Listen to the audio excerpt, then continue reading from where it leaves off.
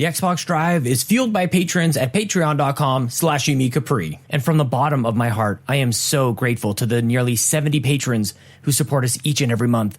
With special thanks to our Capremium producers, Dallas Ford, Lee Navarro, the fearless leader of the Phoenix Overdrive Extra Life team, and Jonathan Brown, the man behind the music on the Xbox Drive and the Nintendo Drive. You can support Jonathan Brown at youtube.com/GamingPurpleMonkey. Our platinum producers, Robbie Bobby Miller and Trucker Sloth, and all of our gold members, Argo, Benji Kong, Brendan Myers, Dallas Robbins, Dano, Emily O'Kelly, Foolish Fuji, Heather Boney, James Johnson, Dr. Doom, Joel Brooks, Jose Jimenez, Mac Time, Marcus O'Neill, Mr. and Mrs. Nasty Boots, RJ Kern, Skinny Matt, and Xavier Reyes. If you'd like to support this show, go to patreon.com/YumiCapri and choose the Patreon tier that works for you. Hey everyone, it's me, Sean Capri. I'm in my car and you're listening to the most horsepowerful podcast on the internet. It's the Xbox Drive. I'm on a Skype call with my friend Ryan Turford. He's the man on the moose, and on our journey today, those bots in Halo Infinite are teabagging each other and it's hilarious. So jump on into the Xbox Drive. Boom! Greater than X.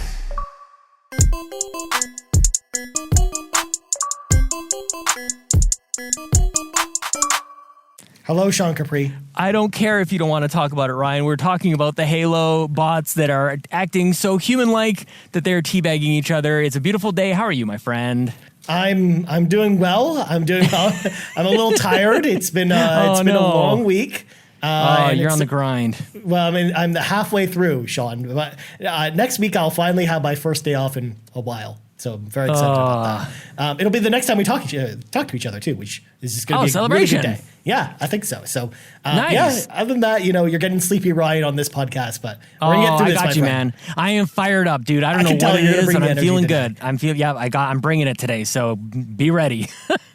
Very nice, my friend. All right, let's clean the garage a little bit because, I mean, we got a lot of stuff to talk about this weekend. Sure. We should get right into it. So, of course, if you like what we do and you want to support us, of course, you can subscribe to us right here on your podcast service of choice, whether it's Apple Podcasts, Google Play, Spotify. We're on all the things. So you can just search for the Xbox Drive there, find us there, even leave us a little 5-star review on Apple Podcasts. Oh, that'd be nice. Sweet. Yeah, that'd be very nice. That'd be real good. One day we'll catch up to Mr. Badbit. No, probably not. But how are we getting beaten by the trophy room? My God, it's an excellent podcast, but come on, guys. You see this, but they're the number. They were like 2 days ago. They were the number 36 podcast in all of Canada, Sean. So yeah, we're helping. We're doing what we can, to help our friends. That's it. Yeah, exactly. Of course, though, you can also subscribe to us over on YouTube, youtube.com/the Xbox Drive. Or no, not the Xbox Drive. youtube.com/YumiCapri. That's the old address. Yeah, muscle memory coming back. I know, exactly. You can definitely tell it's tired Ryan today. So, of course, one awesome thing about the YouTube channel, number one, besides being able to see our beautiful faces, is that we have to celebrate a little bit, Sean, because we finally hit 1,000 watched hours of our content on the YouTube channel. We did? Just a couple days ago. Yeah. I mean, people are really watching this stuff. So even though I know our stuff gets like pretty low view counts, people are watching it and they're actually commenting on all the videos. And we actually get a lot of nice comments about the videos all the time too. So that's one of the reasons why I'm so happy to do them. And I know people are watching them too. Like our metrics have gone like kind of through the roof since we've kind of started to put all the shows on there, mind you. What a good idea. But people are really watching the Xbox Drive in particular as well. So I'm glad. Because I'm in my car. Yeah, exactly. But also I wanted to bring it up on this podcast too, because it was originally the Xbox Drive channel, and I know a lot of that view time comes from the Xbox Drive in particular. So sure. I wanted to say thank you to everyone for checking us out on YouTube. By the way, if you're watching us on YouTube, you can of course subscribe to us, share it with all your friends, like the video, all the stuff the YouTubers tell you to do. We'll get that out of the way right now. Last but not least, if you would like early access to this and all of our shows, head on over to patreon.com/YumiCapri. You can throw a little tip in the old tip jar and you get early access to this show as well as some exclusive podcasts. We just put up a new episode of the Yumi and Capri podcast, which is now going up on the first day of every month. So you can check that out there, as well as other shenanigans over on Patreon. All right, Sean, let's grab our 8-tracks, pop them in. It is time for the playlist. So we both played the same game this week. I played one other game that I'll give a shout out to, but let's start with the game that we both played. Sean, what'd you play this week? We played The Ascent, and we might as well like kind of tie in one of the news stories, which is it's selling very well. What did they say? 5 million, either 5 copies million. or dollars. Which one was it? Which one was it? Dollars $5 million or copies of in the game? sales. That's what they said. Amazing. So that's really great. It's a game I've been looking forward to for a long time, and I'm still very early on. I should definitely say that right off the top. I am playing on normal difficulty. I am playing. I think I'm at level like 6 or 7 or something like that. So still very, very early on. Mm-hmm. And I got to be honest, Ryan, because I'm seeing a lot of the mixed reactions out there. I'm enjoying this game quite a lot. It reminds me of a game called Ruiner, which some people might remember out there. Very action-oriented RPG elements, and it's exactly what I was expecting, man. Kind of an isometric view of a whatever cyberpunk kind of do that the character creation really isn't the greatest, but the action seems to be really punchy to me. I'm enjoying the soundtrack and the gameplay flow and the loop and everything. I haven't hit any of the bugs that I think maybe some other people have experienced, but like, where are you at the game? What are you thinking about it, man? So again, I talked about it on last week's show. I've had kind of very limited time to play games the last week and a half because of a little thing that's happening in Japan right now. So I've played a little bit less than you. I'm like level 5, but I think we're around the same area, Sean, because I just finished unlocking, going to the city, and then going from there. It's like that. I think I just left pretty recently. So I mean, that's kind of where I'm at. It kind of starts out with a lot of like really good action and kind of just puts you right in the thick of it. And then it takes a bit of a break and kind of gives you a sense of what other dimensions or avenues that you can play this game in. It's not all just like all action all the time. There is a space for you to explore, to go look at visit the weapon vendors and the armor vendors, things like that. You can go wander, collect some side quests, and even on the missions as well, you can wander a little bit and collect hidden items and things like that will help you along. So I don't know, man. I'm into it for sure, but I cut you off a little bit. It's all good. So first off, right off the bat, one thing we didn't mention yet is this game very, very, very pretty on Xbox Series X. Like that was really one thing I noticed right away. Like the visuals just look really, really good for this game. Like it looks very pretty. I will say though, I am not liking it as much as you.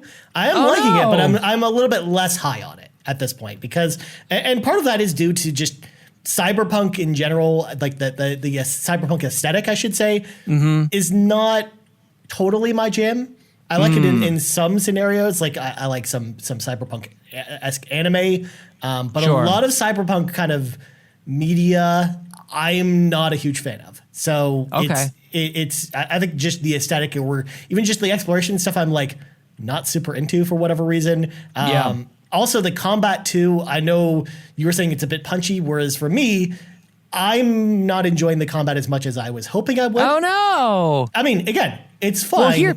Well, it's just it's not this like 9 out of 10 experience, I think. Oh, dude, I am really enjoying it because like there's this nice kind of connection between you got your primary weapon and your secondary. You can have like a pistol and then a machine gun, and you can kind of go back and forth on that. I like the little dodge roll. I like that you can hide behind cover, almost like a cover base kind of thing, and you can aim up a little higher and hit people in the head, and it stuns them. There's different impacts there, as well as the augmentations that you have, and whether or not like this is very much a cyberpunk thing, but it's really just powers. Like it's really like skills that you're using. And one of the first ones you get is like a Hulk smash, and that's very satisfying to wait for a group of guys to kind of get in front of you, and then you Hulk smash, and they all like 4 of them kind of disappear. It reminds me a little bit about Outriders in that sense, actually. So that kind of stuff is kind of interesting. It seems like the different skill sets that I can get, the different augmentations seem like they're interesting to me.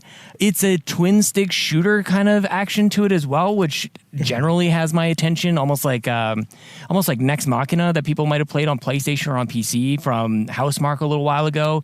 I don't know. This is a Sean Capri-ass game, I guess, man. I definitely think so too. Like I'm not a huge cyberpunk person either, but like it's definitely not working against me like it is for you. Yeah, I think just by the nature of what type of game this is, it's just only more natural that this is going to be more for you than for me. But I kind of knew that going into it. Like I wasn't expecting it to be this like mind-blowing experience either. Like if I want to play a top-down action RPG like this, I'm more likely to pick up something like Diablo or something like that, or Yeah. like a Baldur's Gate Dark Alliance, like that's more my Sure. speed than something like this. Yeah, and this isn't like a looter shooter by any stretch of the imagination. Like that's not really what you're getting. It's not Diablo in that sense where you're like level. At least not from what I've played. I don't get that sense that it's like a Diablo type of thing. I was But gonna say it is- there's lots of stuff to pick up. It's just more like Yeah. health packs and like Totally. augmentation stuff. Like it's nothing. You're not really like gearing your character out or anything like that. right. So either way, though, I do recommend, even though I'm personally Game not super Pass, on it, by the way. I, Yeah. I definitely recommend people give it a look, especially because it's on Game Pass. But even if you don't have Game Pass, if you like the cyberpunk aesthetic and you like twin stick shooters, I think you're probably going to like this game.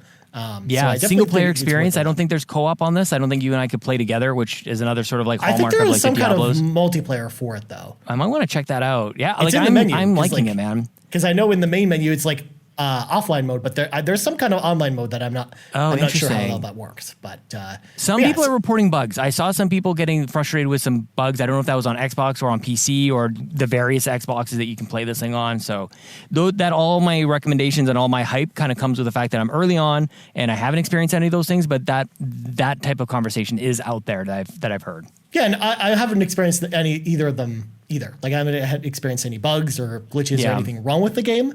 Yeah. So yeah, I think a lot of that too also has to do with like a lot of that the reporting of bugs came from reviews, and we've Right. known from doing reviews before, Sean, that like for example, Ori was like a famous example of this. Oh, where, like, definitely. The game was very glitchy during the review process, but like the second the day one patch came out, it fixed most of the stuff. That's right. And we might be facing a similar situation here. So, I hope so. But obviously, if you're doing a review, you have to report that kind of thing. So that's what I'm anticipating. But again, we're both pretty early on. It might not happen until later in the game. Who knows? I mean, I'll say, like I said, because since for another week or so, my gaming time is very limited. I don't know if I'm going to stick with this game because it's not really grabbing me. But at the same Yeah. time, I'm glad I gave it a try and checked it out because I do think there's some fun to be had there by what you're saying, Sean. So I'm I thinking definitely about it all the it's worth it. time. I'm really high on this game. I really just want to go back and shoot some dudes. You know what I mean? Like I'm really hyped about it. I even found myself in an area I shouldn't have been in, and there's like little skulls above their names that go like that guy's gonna like one punch and you're gonna get knocked out. So I'm exploring. I'm doing all the things. I'm side missioning. I'm doing all the things, man. So yeah, bring it on. Glad that it's here finally. Well, speaking of pure fun, Sean, I played another Oh. game this week. I revisited an old game this week because I'm trying to play Really? games in like small doses because I only had Yeah. so much time this week. So I went back and played Friday the 13th. Oh my gosh. On my Xbox, a game that I actually really liked when it came out because I love the Friday the 13th movies and just Oh, hi there. Can I please get 2 large Diet Cokes? Okay. And that's it. First, please. Thank you. No worries. Sorry, Ryan. I totally interrupted you. That was super rude of me. I can't believe I do that every week. it's all good. I mean, you didn't even ask if I wanted anything this time, Sean. No, Like, not this time. We're running out of time. I got no time. Anyway, so Friday the 13th was a game I really liked when it came out. I love the movies, and even though the online community's pretty much died for the game, there is an offline mode that you can play against bots where you play as Jason. You basically hunt down a bunch of campers. So you can go get. So I've been getting in like short 20-minute games of just going around Camp Crystal Lake, basically murdering teenagers. And honestly, it's been a lot of you. fun just revisiting this game that I'd put down for because I haven't played it in a year and a half. Because it's been a long Yeah. time since the last time I got an update and since most of the community kind of left. So I don't know. I think even though it's very silly and goofy, just playing offline with bots and you don't get the experience of playing as the camp counselors because you can only play as Jason when you play in kind of the offline mode. I still had fun going back to it and working out some frustrations, Sean, by Thank throwing you. some kids into the fire or through windows and stuff like that, and then walking around as purple and green like NES Jason. I think that's always been Yeah. awesome. So yeah, I wanted to give a shout out to that game because that was a good game to kind of get short games in on my lunch break, for example, and then kind of go back to work. Oh, nice. So, Yeah. that's one of the reasons why I jumped into it this week. But enough about all that, Sean. We got to slam All this right. brakes on this conversation. No Halo. None of us played Halo. No. Well, we talked about it on the show last week, but neither one of us got into the Halo. I bit, know. So. Anyways, breaking news time. So we got a whole bunch of news stories this week. We should probably start with Halo, Sean, because Yeah, let's do it. I mean, first of all, People are talking about Halo. people are talking about Halo.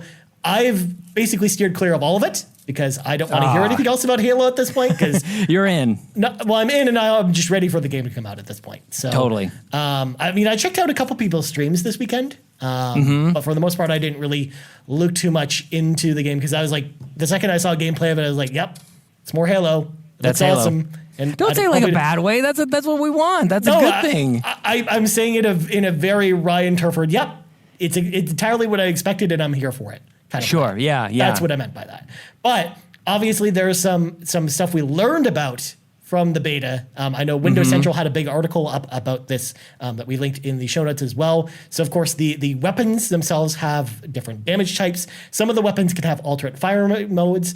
You can mostly can't camp weapon spawns because I guess the weapons spawn in like different areas and people are kind of on top of them. You can also drop weapons for teammates, and maps have alternate versions. Like that's stuff that's pretty interesting it adds to the multiplayer formula, especially like the weapons not spawning all the time in one area. I think is interesting because that's something, for example, like when we played like Halo 2 nights, Sean, you'd see people like me kind of camp like the sword or the sniper rifle area because like it would always spawn in one place.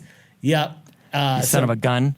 I guess. So I like that there's stuff there, but also just having alternate fire, I think, is actually a good change for Halo because I always love alternate fire modes in other first-person shooters like Unreal. Oh, dude. Unreal Tournament, Unreal. Yeah, totally reminds me of that. Absolutely. Yeah. So what did you think about some of these changes to the game, Sean?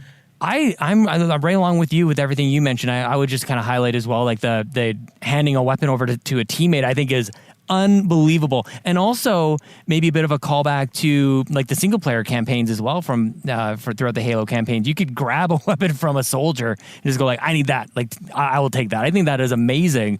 And it can really help to maybe like tip the scales a little bit. And also it seems more like what you might see in like a Destiny or even a Borderlands kind of thing where you could drop your weapons for other people. I'm just really glad that people seem to be really positive. If there was going to be a time where people could kind of like poop all over it, I think the best that the haters can come up with right now is the fact that the fruit physics are a little off. I don't know if you saw anything about that. I saw the video of that. That was hilarious. You shoot the fruit and it's just like it's just like the puzzles from Marvel puddles from Marvel Spider-Man, Sean. Totally. Like go for it. Yeah, if that's the hate, then we're in a good spot with Halo. I think it's really I love that article from Windows Central and just kind of picking out some of these things that I don't know that they have like like Nintendo would do this if they have like a Nintendo Direct. They go, here's 5 things that you should know about it. And I don't think they really did that with Halo. But yeah, dude, lots of excitement coming out of this. And I just want to swing around with my grappling hook. I'm so disappointed I didn't get a chance to play it. Mm-hmm. But all those things, dude, they all look really good for Halo Infinite. Although they did confirm that more flights are coming after this one with an increased player count. So that makes sense. Yep. It is likely that we might be able to play this game before it comes out, Sean. So hopefully we'll have more to say about it then. But yeah, like I haven't really dove too much into kind of reading more about Halo because again, I'm kind of all in, and again, just seeing the gameplay, like it looks awesome. I know just from watching people play the flights that I know that game's going to be fun. So I'm very excited for us to finally get a chance to play it, and maybe we revive Halo Nights with Halo Infinite. Oh, it'll come back. I know I'm taking a break from streaming right now, but the one thing that will come back first, and it might be like a phase return to streaming, but Halo Saturdays will come back first and foremost. To be fair, like it wouldn't even have to be streamed as long as we just have a night where we play Halo. I think it would be fun. Totally. Yeah, that's true. That's true enough. The other thing that I would encourage people to check out as well, which is great, is IGN did a feature on that flight working on the various Xboxes and looking pretty good for Xbox One, man. Mm-hmm. Like, yeah, Digital Foundry actually just released a video this morning too about it as well. So nice. There's multiple comparison videos I know out there to check out. Very cool. Very nice. All right, next up, and this one I'm surprised that we're getting so many controller announcements, Sean, with the return of Design Labs, but we got another controller, Sean. This time it is the Aqua Shift Special Edition console with this like prismatic paint job that looks like different depending on kind of the light that you shine on it. It's coming out on August 31st. This controller, pardon the pun, it looks totally cool. Huh? Nice. Because it's cool at the beach, Sean. We should hang on that a little longer. Yep. Anyways, I think this controller looks pretty cool. I don't know if I'm running out to get this one because I'm kind of like overloaded on controllers at the moment, Sean. But what do you think about this controller? Well, I think this one might get me, actually. I normally kind of pass over these things. I think, number one, because the Design Labs is so great, and I still got to order my official Xbox Drive Design Labs controller. But this one looks really good, and one of the reasons I wanted to chat with you about it is, do you think that new prismatic kind of thing is something that we might be able to see added to Design Labs later? Because that's kind of what we saw with Design Labs last time was, new custom controllers came out like Camo and things like that, and then later those were options that were added to your custom controller.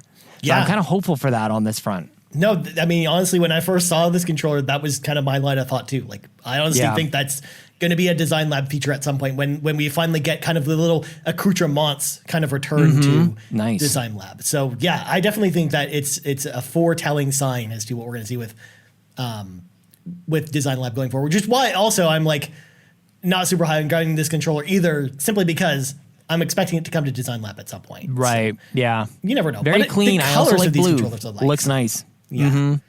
All right. Next up, NPD is happening this week for July, anyways, and as well as for the quarters, anyways. And Sony released their information, and they talked about MLB The Show 21, how it was noted that a key contributor to the game's sales and profit during Q1 was due to Game Pass. So Game Pass actually helped increase the sales of microtransactions as well as just people picking up the game, which was really interesting because they talked about, I think it reached 4 million players since its release earlier this year. I think that was another piece of information that came out about this. But 2 million of those 4 million were Game Pass users. That's crazy. That's a huge amount. And one of the things I think is interesting about this is, there's a lot of chatter, and I'm sure you guys are talking about this on the PlayStation Drive this week as well, about a lot of what Sean Layden has been saying. It kind of gives Sony this like firsthand experience on like what happens when a game goes on Game Pass. They would have to hear that from other publishers or third-party partners or things like that. But now they see firsthand like the power of that subscription model with their own game, whether or not they, it might actually end up benefiting them just like it would any other developer or publisher that puts a game on a Game Pass. But now they kind of get a inside scoop into what is this Game Pass thing all about, and would they actually want to consider it for the future of their business? I don't know. It gives them, I think, a rare insight into that they probably wouldn't otherwise get. Well, and especially with and we've talked about it before, but like sports games in general seem like they're perfect fits for the Game Pass model because those companies that make sports games, especially EA, has been very public about this.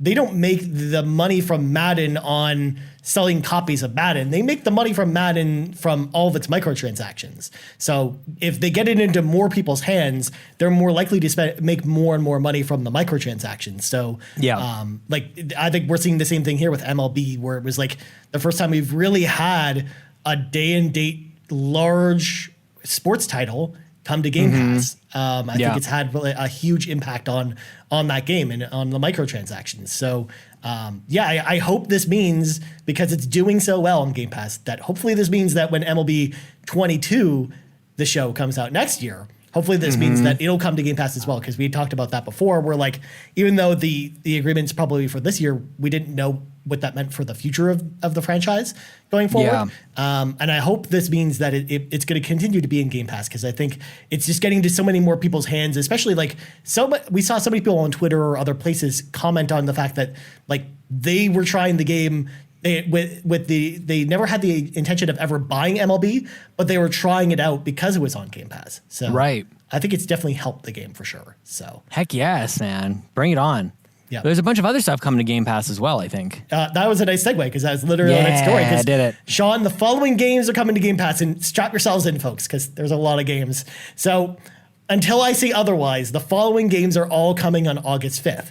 Curse of the Death Gods, Dodgeball Academia, Katamari Damacy Reroll, Lumines Remastered, Skate, and Starmancer comes to PC. And then on August 10th, we get a whole bunch of Codemaster games, including Dirt 4, Dirt Rally 2.0, F1 2020, and Grid. And then on August 12th, we're getting The Art of Rally. On August 13th, we are getting Hades, which is a day and date Game Pass title, which is awesome. And then Microsoft Solitaire Collection Premium Edition comes to PC on August 17th. And then give it to me now. And then finally on August 19th, 12 Minutes comes to Game Pass. Amazing. So lots of games, Sean. Ryan. If you didn't have anything to play, Xbox has no before. games. Yeah, for sure. Out of this list, What a nice. is there anything in particular that like wets your whistle from this list, Sean? I mean, I think it's probably obvious. Microsoft Solitaire. I can't even say with the straight face. Hades definitely, and 12 Minutes are like top 2 for me. I also just want to give a shout out to like the Codemasters, like that they were bought by EA, so those are being brought in through the EA Access. Is it still called or EA Play? EA I Play. think it's EA Play. Yeah. Sorry, my bad. All that being brought into Game Pass as well. So yeah, like. Those are really, really solid games and something we can continue to look forward to with Game Pass. I kind of want to try, is this a good Katamari game? Like, should I try this? Yeah, that was actually what I was about to say, Sean, because shout out to Katamari Damacy Reroll, which is actually a remake of the original Katamari Damacy on PlayStation 2. It's fantastic. It's nice. If you've never played it before, if you want something totally wacky in like the best way possible and very, very Japanese, but also very fun to play, play Katamari Damacy Reroll. It is a heck of a good time. Also, the other one I want to shout out to is Lumines Remastered. I was going to ask you about that. I saw Chris Johnston from Player One podcast shouting that one out. I've never actually played this one. Yeah, so it's a puzzle game like Tetris, but what's cool about Lumines is that it basically has this beat bar that goes along the screen, and essentially, instead of clearing lines, you're basically lining up 4 shapes of a specific color next to each other, and as the beat bar goes over them, you'll basically cash those out for points, and depending on the song that's playing, the beat bar goes faster or slower depending to the beat of the song, like whatever song you're listening to. So it's almost like a version of Tetris mixed with like a rhythm game, like a music game. And it's actually made by the same company that did Tetris Effect. So before they did Tetris Effect. How are we supposed to play all these games? They did Lumines. So Lumines, fantastic game. I loved it on the PSP, and then the remastered version, I played it when it came out and really liked it as well. So I definitely recommend puzzle fans check that one out as well. But we would be remiss if we didn't talk about the games leaving Game Pass, Sean, because we've got some big games in here too, unfortunately, including Grand Theft Auto 5, which leaves on August 8th, and then the rest of these leave on August 15th.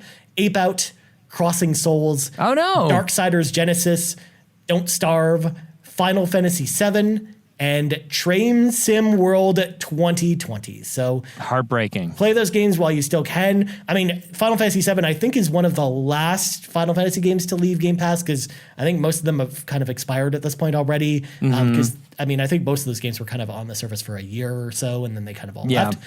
So play it while you still can. I'm looking at you, Garrett Bland, because I know Garrett Bland is currently playing Final Fantasy VII to talk about on the RPG Cave this week. So definitely make sure to check those out. And I'm interested to see when Grand Theft Auto 5 comes back, Sean, because this is the second time it's left. So maybe one day. Maybe with the next gen. Yeah. Next gen, yeah. All right, next up. Ryan, I need to like listen back to the recording. Did I not say Diet Coke on today's show and on the Nintendo Drive yesterday? You did. Because you said 2 Diet Cokes. This is not a Diet Coke, and it wasn't Diet Coke yesterday, and I'm a little upset about it. And actually, I'm a lot upset about it. Do I go back and try to get another one? Or do I just I don't even know what kind of Coke this might be real Coke. That might be real sugar I'm tasting right now. Well, I don't know if I need real sugar right now, Ryan. Normally, I would say you should go back, Sean, but I know you don't have time to go back because you really I'm still here. Minutes, so. I'm going back through the drive-through. So you keep going. All right. Speaking of games leaving, Sean, I should mention this. I wanted to throw this out there. If you are at all interested in buying Forza Motorsport 7 at all, which I know is an older game. Oh, yeah. But it is being delisted from the store on September 15th, 2021. The game will see a permanent sale until it's removed from the store. So I think it's like $20 for the ultimate version that comes with all the DLC.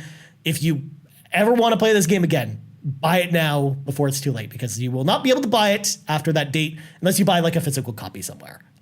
But again, like the Forza games, we see this happen all the time, where they I think it just has to do with the car licensing, where they only license the cars for a certain period of time. When that license rights out, they kind of remove them from the store. We saw the same thing with all the Horizon games too. So it sucks that it's leaving, especially from a game preservation perspective, because I know from I hate seeing this happen regardless of what the game is. So make sure if you want to play this game, make sure to grab it now while you still can. Very pretty. Yeah. Very good game. And people shouldn't be too scared away from the motorsport games. That, especially 7, is the most accessible to it. You can cater the difficulty or whatever to your liking. It's very, very good. It also means too that there will be no Forza Motorsport games on the store that you can buy at this point. They're all of them have been delisted at this point. So the only Forza game that's on the store now is Horizon 4 until Horizon 5 comes out. So there you go. And then last thing I wanted to throw in the news story, because this gets me excited, is that Marvel's Avengers War for Wakanda expansion officially launches as a free update on August 17th. It'll feature an 8-hour campaign, new villains, environments, and of course, Black Panther as a new playable character. It's totally free, so if you already own Avengers, this is basically a free 8-hour extension to the campaign, plus a whole bunch of new stuff. I'm probably going to actually reinstall Avengers to try this out, Sean, because I really like the campaign for Avengers.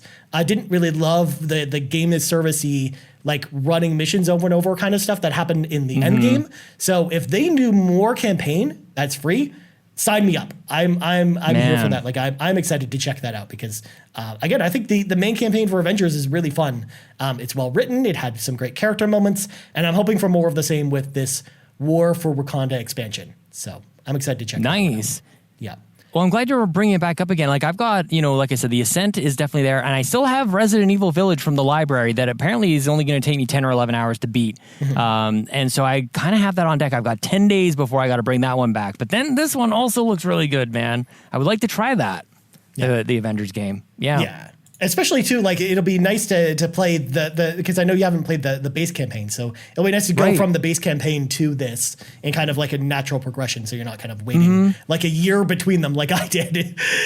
So I think the ship is starting to finally turn at least a little bit on Avengers here. So I'm excited about that, and it's gonna be perfect timing too, because I'm getting ready next week, Sean. In the middle of the week, I'm getting ready to open the floodgates for games again. So it's gonna be perfect timing for when this comes out for me to have more time to play games. So I like it. There you go. All right, let's let some of our friends into the car with us. It is time for the carpool.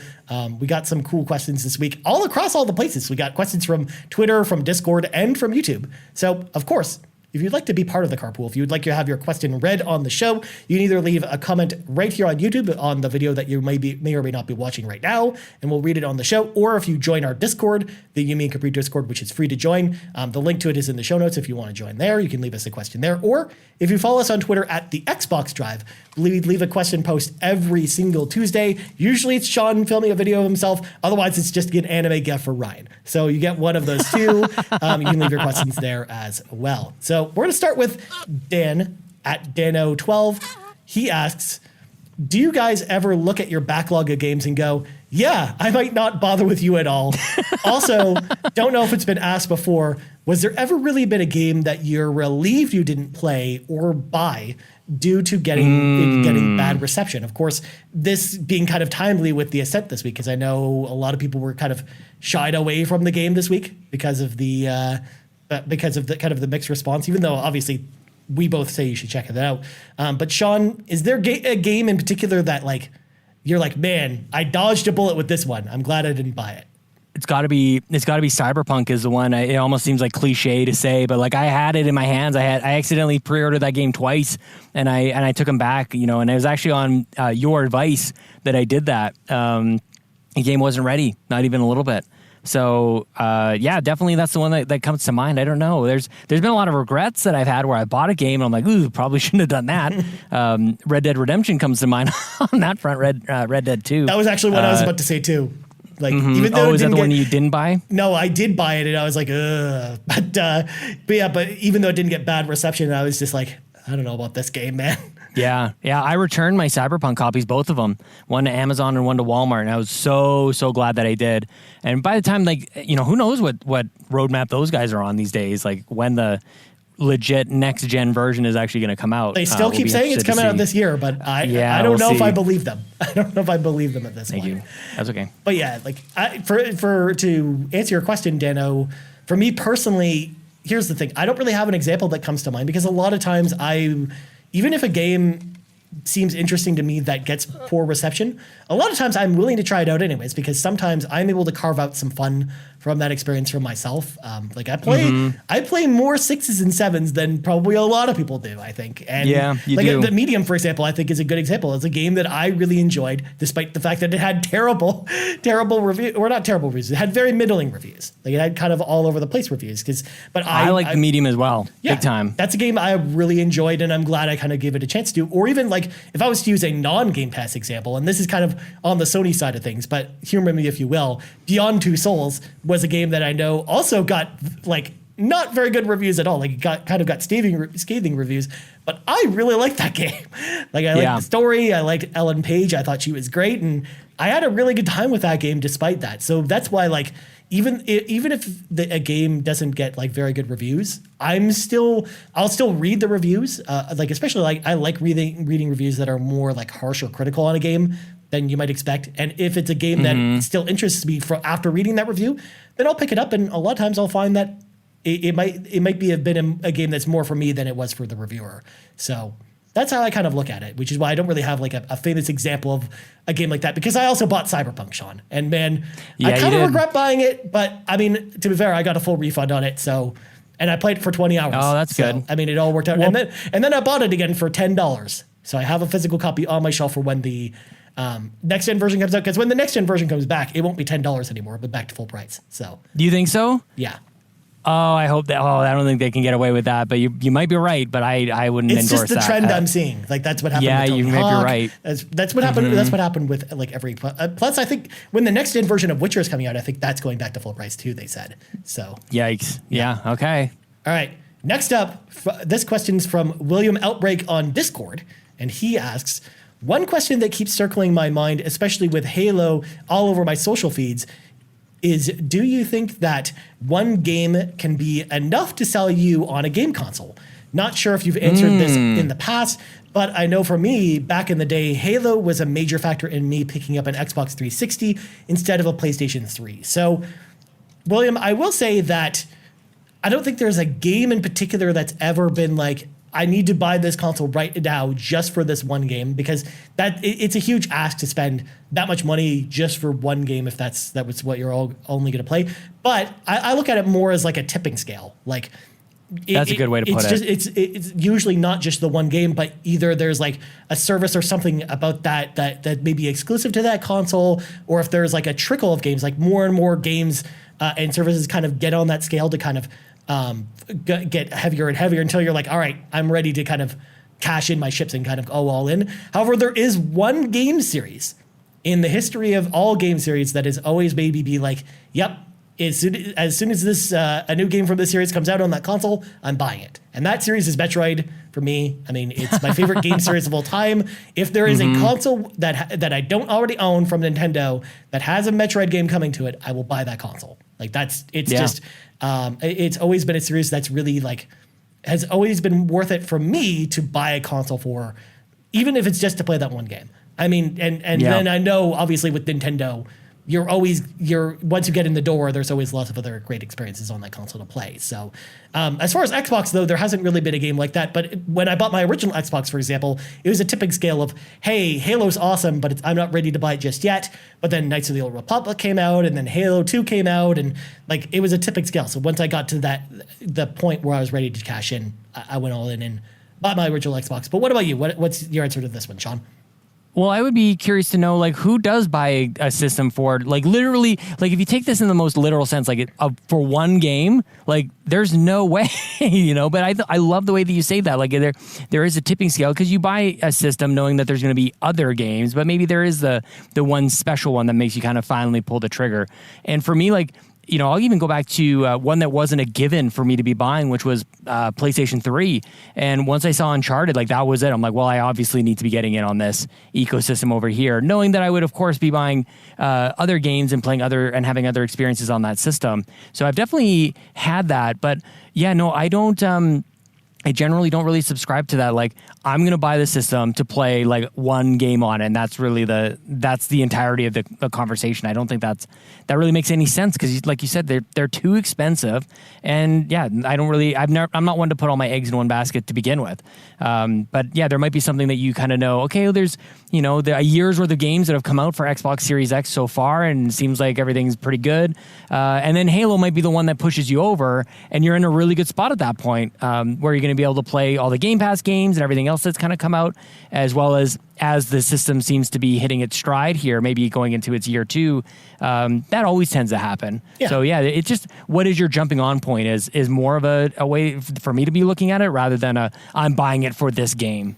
Yeah, exactly. I mean, the closest I've come to that this generation was Final Fantasy XIV on PlayStation, because I love that game and it only exists on that console. So for me, like that was kind of the closest I've had to a game this generation that's really made me go and just buy a console just for that game. And it's paid off because I just was looking at my stats on PlayStation 5 this week for Final Fantasy XIV, and it said, oh, I've played 384 hours of Final Fantasy XIV since May of this year. Ryan. So it's a lot. It's a lot of games, Sean. It's a lot. My God. All right. Next question comes to us from Todd Oxtra at Toxtra, and he asks the question: so Ryan wasn't excited about the Dead Space remake. So what remakes do both of you want? So we've answered this on the show before. Yeah, Ryan. But so I will say, of course, the remakes that I always want to see on the console to come to consoles are games that will really benefit from modern controls or modern design aesthetics that just don't really stand the test of time in their current form, but have a lot of great ideas that would really benefit from, a next gen makeover. Like Resident Evil 2 is a great example of a great remake that I love for that reason, because it really improved everything. So the two games that came to mind, obviously, Parasite Eve from PlayStation 1 from Square Enix. It's a Resident Evil-esque survival horror turn-based role-playing game. It's incredible. It still plays really well on PlayStation 1, but the graphics are not great. So I would love to see that game kind of come back, as well as Dino Crisis from Capcom. Nice. It's essentially just Resident Evil with dinosaurs. And they did such an amazing job with Resident Evil that, like, that's, ever since playing Resident Evil 2, I'm like, I really hope that that's what they do next. Kind of like how we felt like after playing Doom 2016, how we both wanted them to move to Quake at that point, because and see kind of what they do with that. So those are the two I kind of picked out for this question, and I know I've said them in the past on previous shows, but that's just what we're going to say today, Todd. But really, though, the games that I'm looking forward to playing from remakes are like PS1, N64, PS2, original Xbox era games. Like not so much games that were on 360 or games that were on Xbox One. Like, I think especially games that are on Xbox One or late 360 games are definitely the type of games. What about KOTOR? I'm surprised you don't say like Knights of the Old Republic or something like that. It's perfect the way it is, Sean. Even though the controls are not great. It is not perfect the way it is. It would definitely benefit from a fresh coat of paint. I'm already ready for people to get mad at me as to where I rank it on the Crossroads. So. Not everybody's gonna be mad. I think a lot of people. I think you'll actually agree with me more than the other people will, Sean. That's what I'm maybe. But what about you? What's your answer to this I see question? what you're saying. I see. We'll see. Well, I just mentioned Red Dead Redemption 2 is not the Red Dead I wanted. I think, give that first one a nice do-over as well. And I would play the mess out of that game. Same thing with Grand Theft Auto 4. I think is really good, but runs pretty rough right now. If I'm going back into like even like 64, like N64 kind of days, outside of Xbox, of course, GoldenEye or even Turok, like give me a nice Turok remake or remaster, I guess would be really good. What else, man? I like those. Red Dead would be just really nice. Mm-hmm. I just want to play like that style. I don't need it anymore. Like, I don't need to wash the the genitals of my horse, for God's sakes, wherever the heck you. Let me ask you this then, Sean. How would you feel if they went and did a remake of Red Dead Revolver, the first Red Dead game? That was like, but they did it in kind of an open world style, like Red Dead Redemption. Like, would you like that? I never played it. I never played that one, so I'm not entirely sure. All I know is just I love the gameplay loop in Red Dead. But yeah, some like better controls, and maybe I don't know if the frame rate was really suffering. It's been so long since I played that one. It actually holds up very well, which is why I was thinking that would be really cool, because I know the gameplay loop is what you like from Red Dead Redemption. So I would love to see maybe them do like a remake of Red Dead Revolver, but with like the gameplay loop of Red Dead Redemption, because that's the type of thing they could definitely do with a remake. So one of the other things, like I really like the Oh man, they're making Back 4 Blood. Left 4 Dead, Left 4 Dead, yeah. is actually what Left 4 Dead is a game that I would love to have a remake, but they're kind of doing that anyways with Back 4 Blood. Yeah. So we're kind of getting the best of both worlds on that front too. Plus, it's totally playable with the X enhancements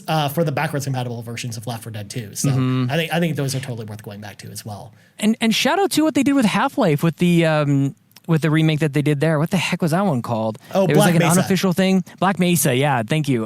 So yeah, doing that for, I don't know, did they just endorse it or did Valve actually take that on themselves? No, it was they kind of endorsed it. They were like, hey, we're never going to do this ourselves, so you should go play this. So do that for the rest, for all the others, and I mean like all the others, like the Blue Shift or all the other like expansions that they had for Half-Life, and of course the second and the episodes and things like that. That would be really great. Maybe that's how we get Half-Life 3, Sean.